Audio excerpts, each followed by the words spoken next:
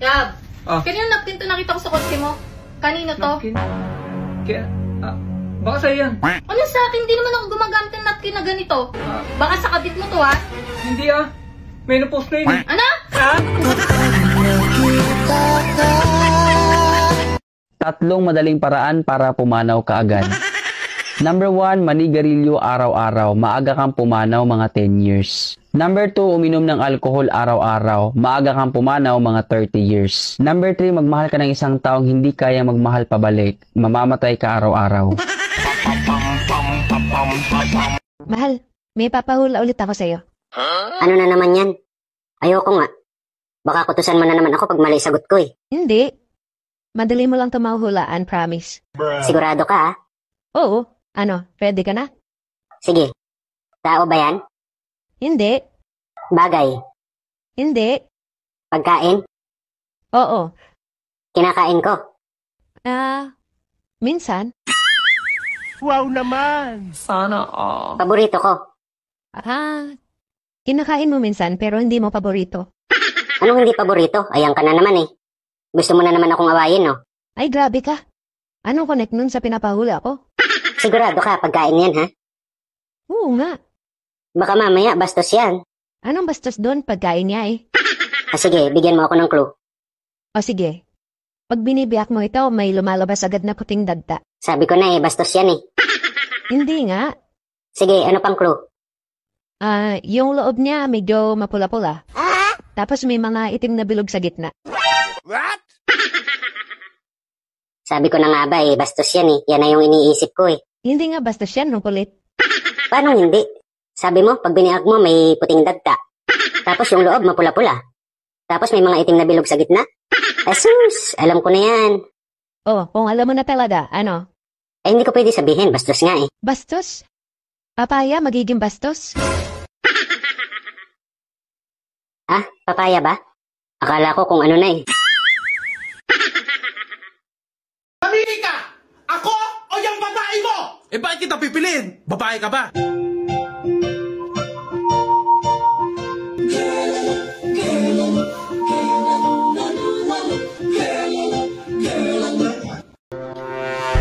Pag kinasal tayo, bawal ka nang magyosi, ha? Okay. Tsaka bawal ka na rin uminom. Opo.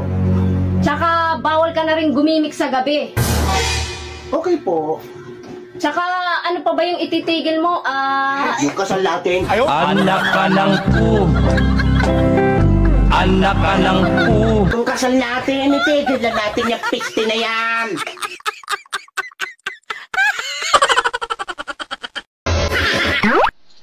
May gusto akong kainin ngayon. Wow! Yung tipong dinidilaan.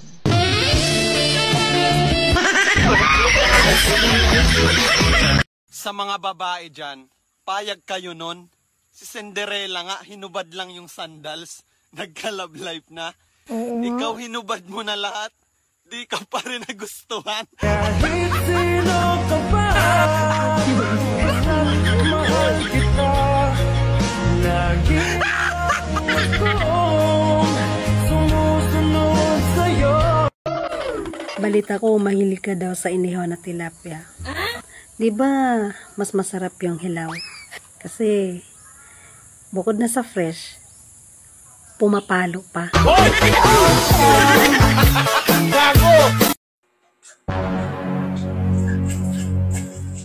Oh, ba't ka nagmamadali? Para kang hinahabol ah. Saan ka ba pupunta? Magsusumbong ako sa pulis. Bakit ka magsumbong sa pulis? Sino bang nagkakasala sa'yo? Di ba nga sinabi ko sa'yo na muntik na akong mahalay? Bakit ka magsumbong? Muntik lang naman pala at hindi naman natuloy. Hindi pwedeng hindi ako magsumbong. Tinutok niya na eh. Wala naman pala nangyari. Itinutok lang naman pala at hindi naman natuloy kaya pagpasensyahan mo na. Hindi pwede. Magsusumbong talaga ako. Alam mo, pag nagsusumbong ka, kaso yan. Masakit lang sa ulo yan. Kaya itinutok lang naman pala. Baka hindi ka pa nga nasagi eh. Hindi naman natuloy. Kaya nga ako magsusumbong eh. Bakit itinutok lang at hindi tinuloy?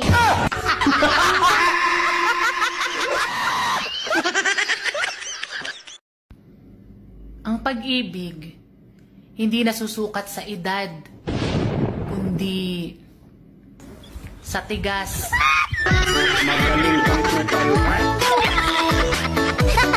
Ng paninindigan. Gago!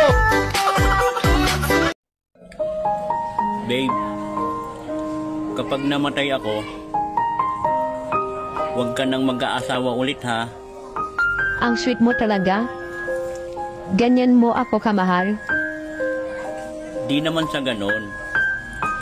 Ayoko lang nilang maranasan ang sinapit ko sa'yo. Agay!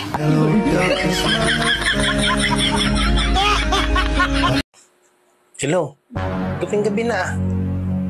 Ba't ka napatawag? Oh, siyempre. Aba, siyempre naman. Miss na miss din kita. Malakas ka sa akin eh.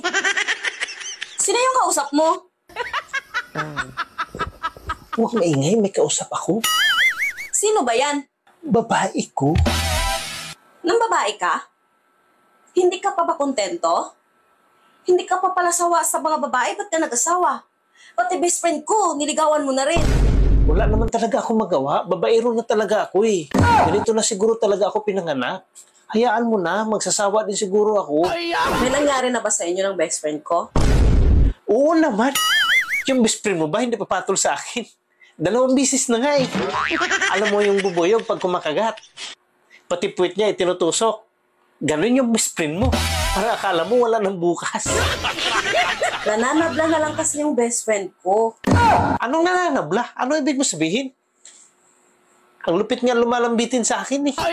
Last niya na sigurong kagat sa'yo yun. Kaya grabe makalambitin sa'yo. Paano naging last? Eh, pinapabalik nga niya ako eh. May taning na buhay nun. Kasi may HIV yun. Hindi ba ako mapiktuhan nun? Baka magkaroon din taning buhay ko. Madali lang naman ang solusyon dyan. Para mawala ang taning ng buhay mo. Paano? Huwag ka magpapacheck up sa doktor. Para hindi mo malaman na may taning ng buhay mo. Wala ka bang ibang alam para gumaling? May nakapagsabi sa akin na pag natigok yung nanghawa sa'yo, pagkalipas ng 10 araw, wala na taning ang buhay mo. Solve ng problema mo. Ay, salamat. Tuloy ang ligaya. So, gagaling na ako nun. Hindi. Kasi, matigok ka na rin. Wala nang solusyon. Wala. Pangalan, Gian. Apelido, Panganiban. Magbigay ng bansa na nagsisimula sa letter A. Abroad. Ikaw ha? Niloko mo ko? Bakit? Anong kasalanan ko? Nangako ka sa mama ko? Pero anong ginawa mo? 10 taon na tayo, hindi mo pa rin ako pinakasalan. Ano? Sa mama mo ako nangako, hindi sa'yo. Ikakasal na nga pala kami bukas. Invited ka.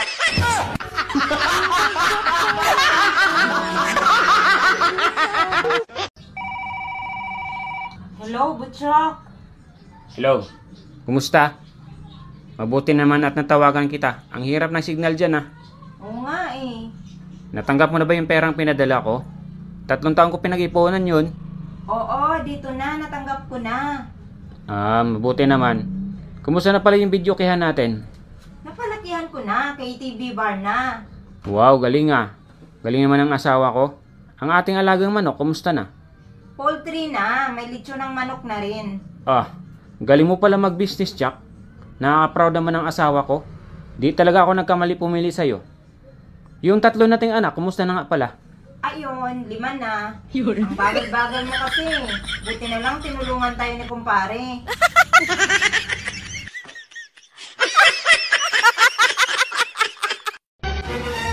Hoy, magaling na lalaki. Nag-check-in ka sa sugo kahapon, may kasama kang babae. Akala mo hindi ko malalaman ha? Di ka naman kapag kailan na yun. Hindi! Wala! Hindi totoo yan! Hindi ka nang hindi, wala ka nang wala. Ito nakuhanan pa nga kita ng picture. Akbay-akbay mo yung babae. Malatas na ebidensya yan. Patingin?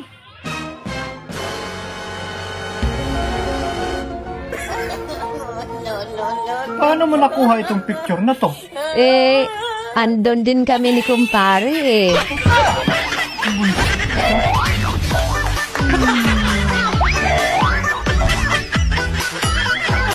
Oh, bakit nagpaiksi ka ng buhok?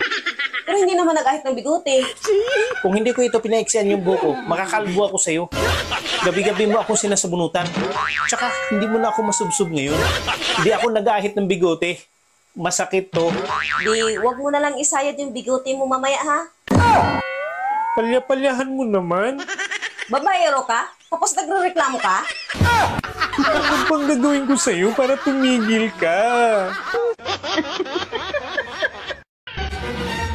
Ano ba yan, Han? Hindi ka man lang nakaisa kagabi? Oo nga, Han eh. Siguro pagod lang ako, Han. Aminin mo na, Han.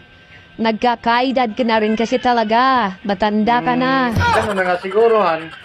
Pero, pinagtataka ko lang, Han.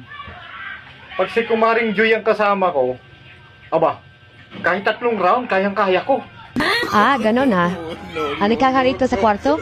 Huwag kang lalabas ng kwarto hanggat di mo nagagawa yung sinasabi mong 3 ha. Huwag kang magpapahinga. Kung hindi, puputulin ko yung junjun mo.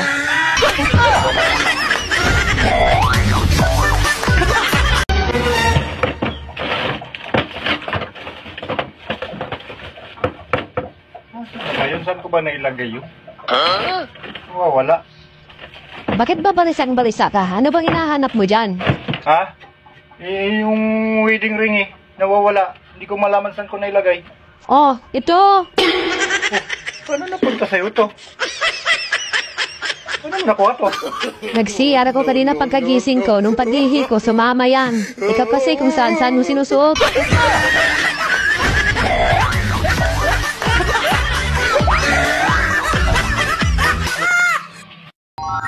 Narito ang tips kung paano mag-ipon ng pera. Una, may patips-tips ka pang nalalaman, ikaw nga mismo walang ipon.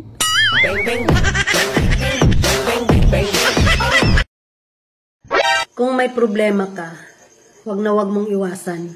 Harapin mo. Hayaan mo siya ang umiwas.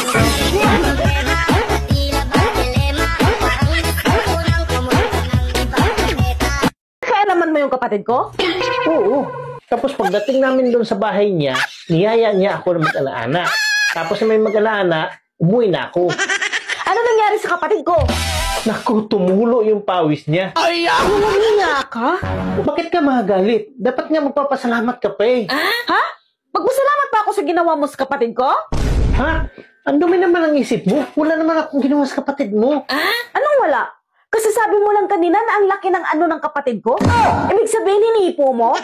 Tapos hindi ka pa nakontento? Pagdating sa bahay, inanaanak mo pa? Iba naman ang nasa isip mo. Ang ibig kong sabihin, nung nasalubong ko yung kapatid mo, ang laki ng ano niya, dala niya. Kaya inano ko siya. Binuhat ko siya papunta sa bahay nila. Pagdating namin sa bahay niya, nag-ana-ana kami. Kumain kami. Yun yung ibig kong sabihin, ang dumi naman ang isip mo. Kain pala yung ana-ana? Han, yung kain, ana-ana yan. Ana-ana na tayo?